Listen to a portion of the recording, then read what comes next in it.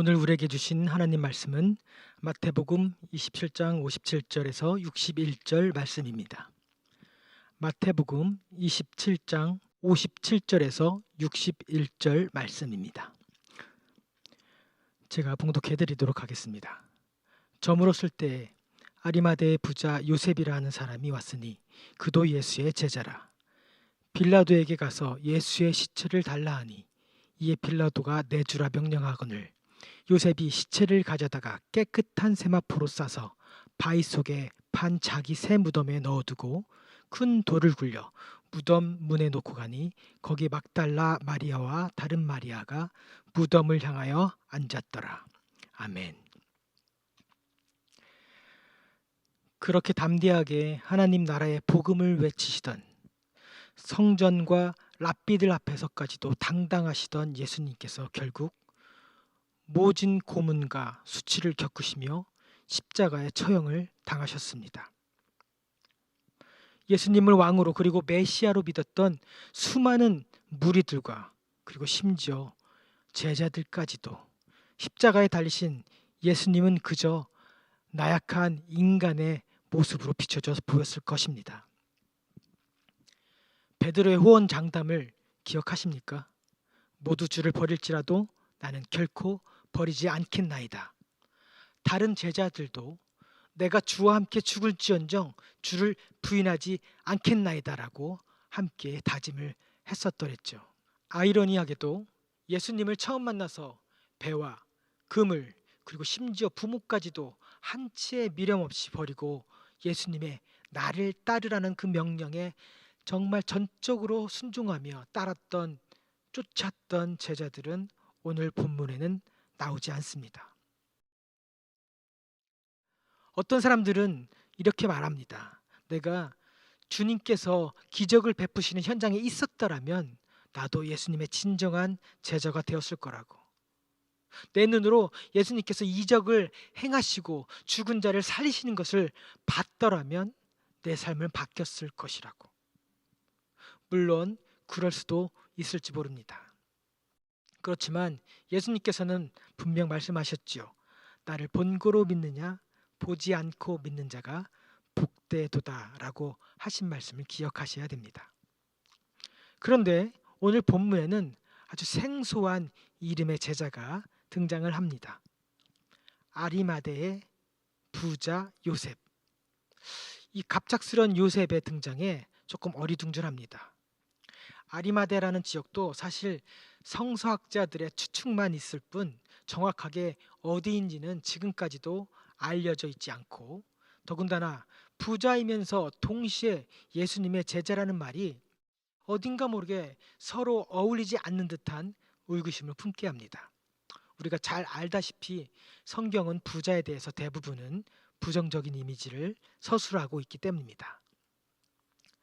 사실 오늘 예수님의 이 장례를 치르는 이 사건은 사복음서에서 아주 중요하게 다루는 그런 사건이기도 합니다만 유독 마태복음에서만 요셉을 아리마대의 부자라고 표현을 하고 있습니다.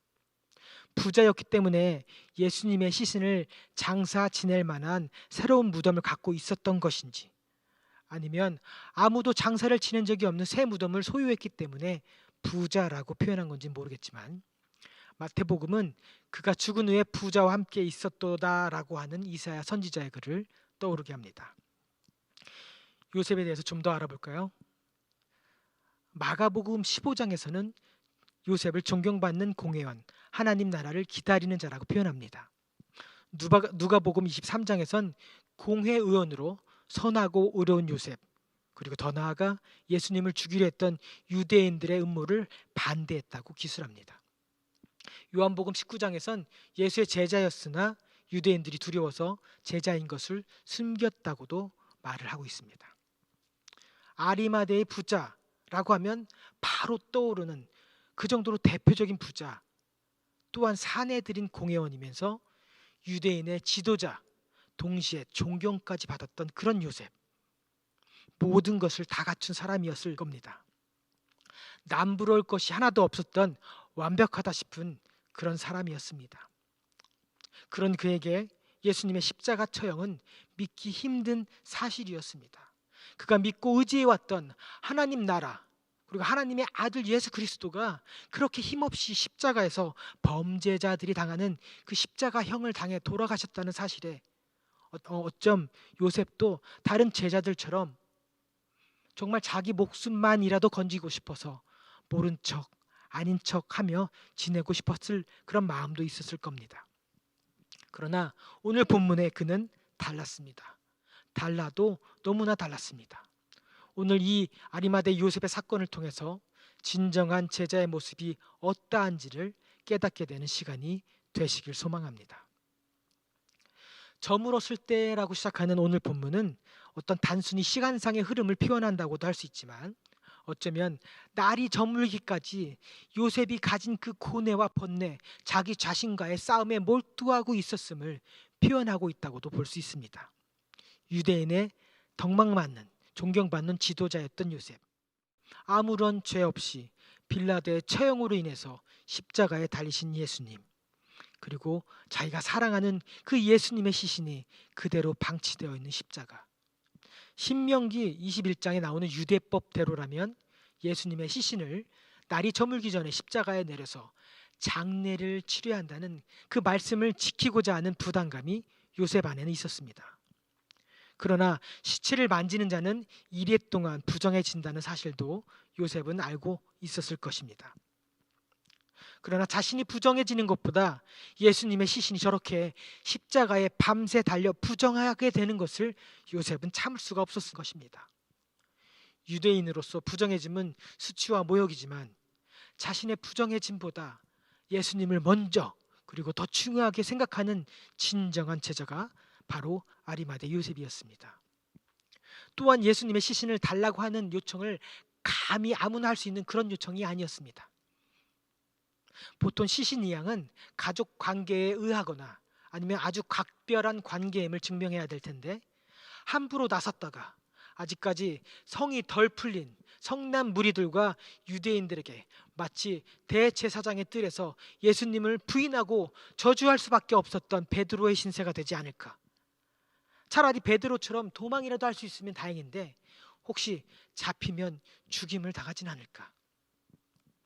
장례를 치르기 위해 나섰다가 예수의 제자라는 신분이 밝혀지면 정말 감당할 수 없는 결과를 초래하게 될 수도 있는 그런 두려움과 긴장감이 요셉 안에는 있었던 것입니다. 그리고 시간은 흘러 요셉은 예수님의 장사를 위해서, 예수님의 장례를 위해서 모든 걸 하늘에 맡기고 빌라도에게 찾아가기로 결심합니다. 그동안 스스로 제사를 깎아가면서 절제해가면서 쌓아왔던 그 모든 덕망과 존경, 그리고 선함과 의로움, 그리고 경제적인 여유로움까지 내가 이룬 모든 것을 한순간에 빼앗아 버릴 수 있는 예수의 제자라는 신분이 밝혀질 수 있는 평생을 두고두고 후회해야 할 결정을 요셉은 내렸습니다. 부자라는 말이 모든 것을 함축하고 있듯이 부자는 보통은 1인칭과 2인칭의 시점에는 없죠.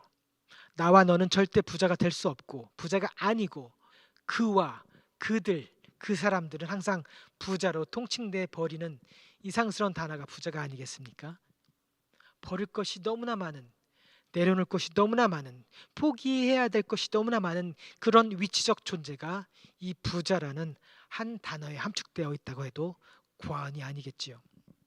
그렇지만 부자였던 요셉은 단호한 결정을 내립니다. 그것도 하나님의 말씀과 하나님의 때를 놓치지 않기 위해, 그리고 그가 사랑했던 예수님을 위해서 그가 할 수 있는 최선의 결정을 내렸습니다. 오늘 본문 58절을 같이 읽어보겠습니다.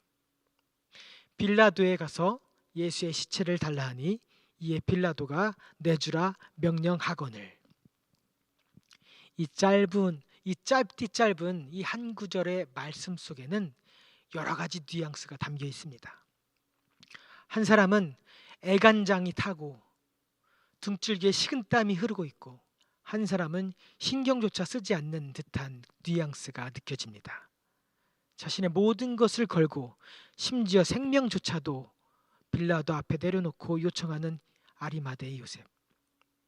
그런 요셉의 간절함을 아는지 모르는지 정말 관심조차 없는 범죄자 유대인의 시신을 달라 하니 그냥 성큼 내주라 명령하는 빌라도. 이 극명한 대조를 우리는 읽어낼 줄 알아야 합니다. 예수님을 스승과 구원자로 모셨던, 그렇게 자기가 갖고 있는 모든 것을 걸고 예수님의 시신을 얻기 위해 진심으로 요청하는 떨리는 요셉의 목소리, 그리고 아무렇지도 않게 마치 예수님을 떠돌이 잡범처럼 취급하며 결국 생명까지 빼앗고도 양심의 일말의 가책도 없이 이미 죽은 시신을 내주라 명령하는 빌라도. 우리는 이 갑가을의 극명한 대조를 읽을 수 있어야 합니다. 빌라도, 모든 걸 가진 자, 그리고 그가 가진 모든 것을 누리기 위해 사람의 생명조차도 하찮게 여겼던 명령하는 빌라도. 그와는 대조적으로 자신이 잃은 그 모든 것을 누릴 수 있음에도 불구하고 모든 걸 내려놓고 예수님의 시신과 맞바꾸길 원했던 아리마대 요셉. 심지어 내가 평생 모신 예수님의 생명을 빼앗은 철천지 원수 앞에 엎드리는 아리마대 요셉. 누리기 위해 다른 이의 생명을 짓밟고 희생하고 이용하는 빌라도. 그리고 내가 믿는 말씀의 근원이신 예수님을 위해 자신의 생명을 포기하는 요셉. 이 극명한 대조를 통해서 우리는 진정한 제자의 모습이 어떠한 모습인지를 깨닫게 되는 것입니다. 또한 오늘 본문에서는 끝까지 책임을 지려는 요셉과 그리고 자기가 내린 결정에 책임지려 하지 않는 빌라도의 또 다른 면을 읽을 수 있어야 합니다. 빌라도는 어떤 사람이었습니까? 그는 유대인들의 결정대로 예수님을 범죄자로 몰아서 결국 십자가형을 내리면서도 무리 앞에서 손을 씻으며 나는 무죄하다 책임을 회피하는 사람이었습니다.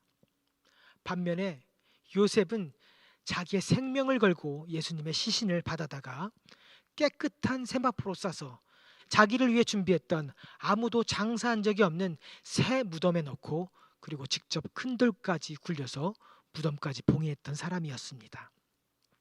무덤에 큰 돌을 굴려서 봉인했다는 것은 그 당시에 흔히 있었던 맹수들과 무덤 도굴꾼들의 위험으로부터 예수님의 시신을 보호하기 위해 끝까지 자기가 할 수 있는 최선을 다했다는 것을 보여줍니다. 하나님의 아들이신 예수 그리스도를 범죄자로 취급하고 자기가 내린 결정의 책임조차 회피하려 했던 빌라도. 이와는 상반되게 하나님 나라를 기다리고 예수님을 하나님의 아들로 인정하며 그에 걸맞는 장사를 치르기 위해 최선으로 끝까지 책임 있는 행동을 보여준 요셉의 행동에서 우리는 진정한 제자의 모습을 발견하게 됩니다.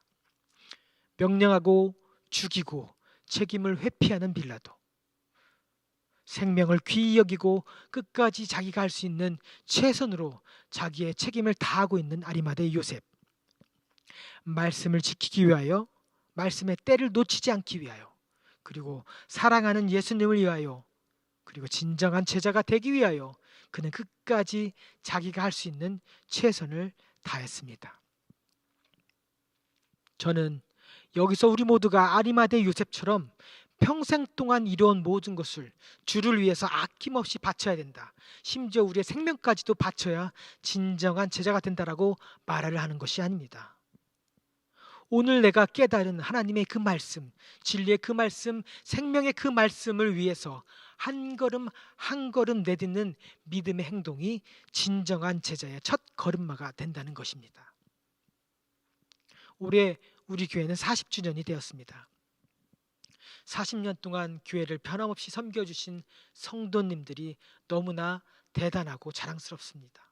앞에서 진두지휘하시며 이끄시는 목사님들과 사역자님들, 그리고 구주님들, 힘든 일들 마다하지 않고 묵묵히 40년 동안 섬겨주신 성도님들께 진심으로 존경과 감사를 드립니다.